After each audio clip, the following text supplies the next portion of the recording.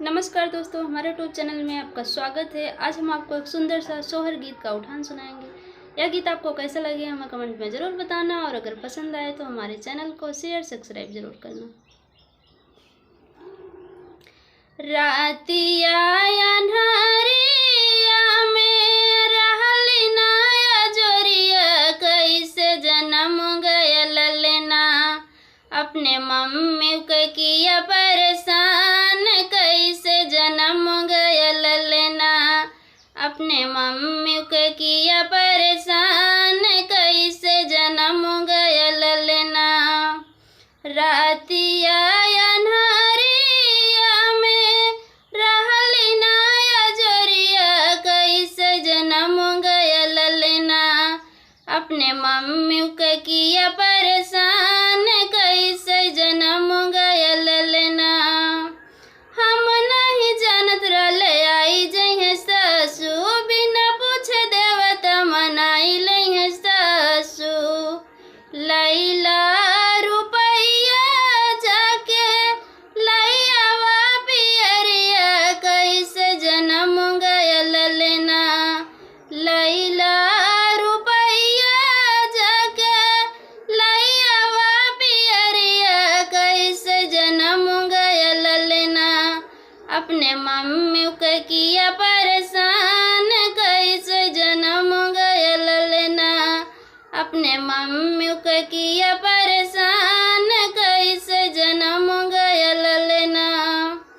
रातिया अन्हारिया में रहली नाया जोरिया, कैसे जन्म गया ललना। अपने मम्मी के किया परेशान, कैसे जन्म गया ललना। हम नहीं जानत रहले आई जइहे जठनी, बिना पूछे पिफली पिसाई लइहे जठनी। लैला रुपैया जाके लैयावा चयनवा, कैसे जन्म गया ललना।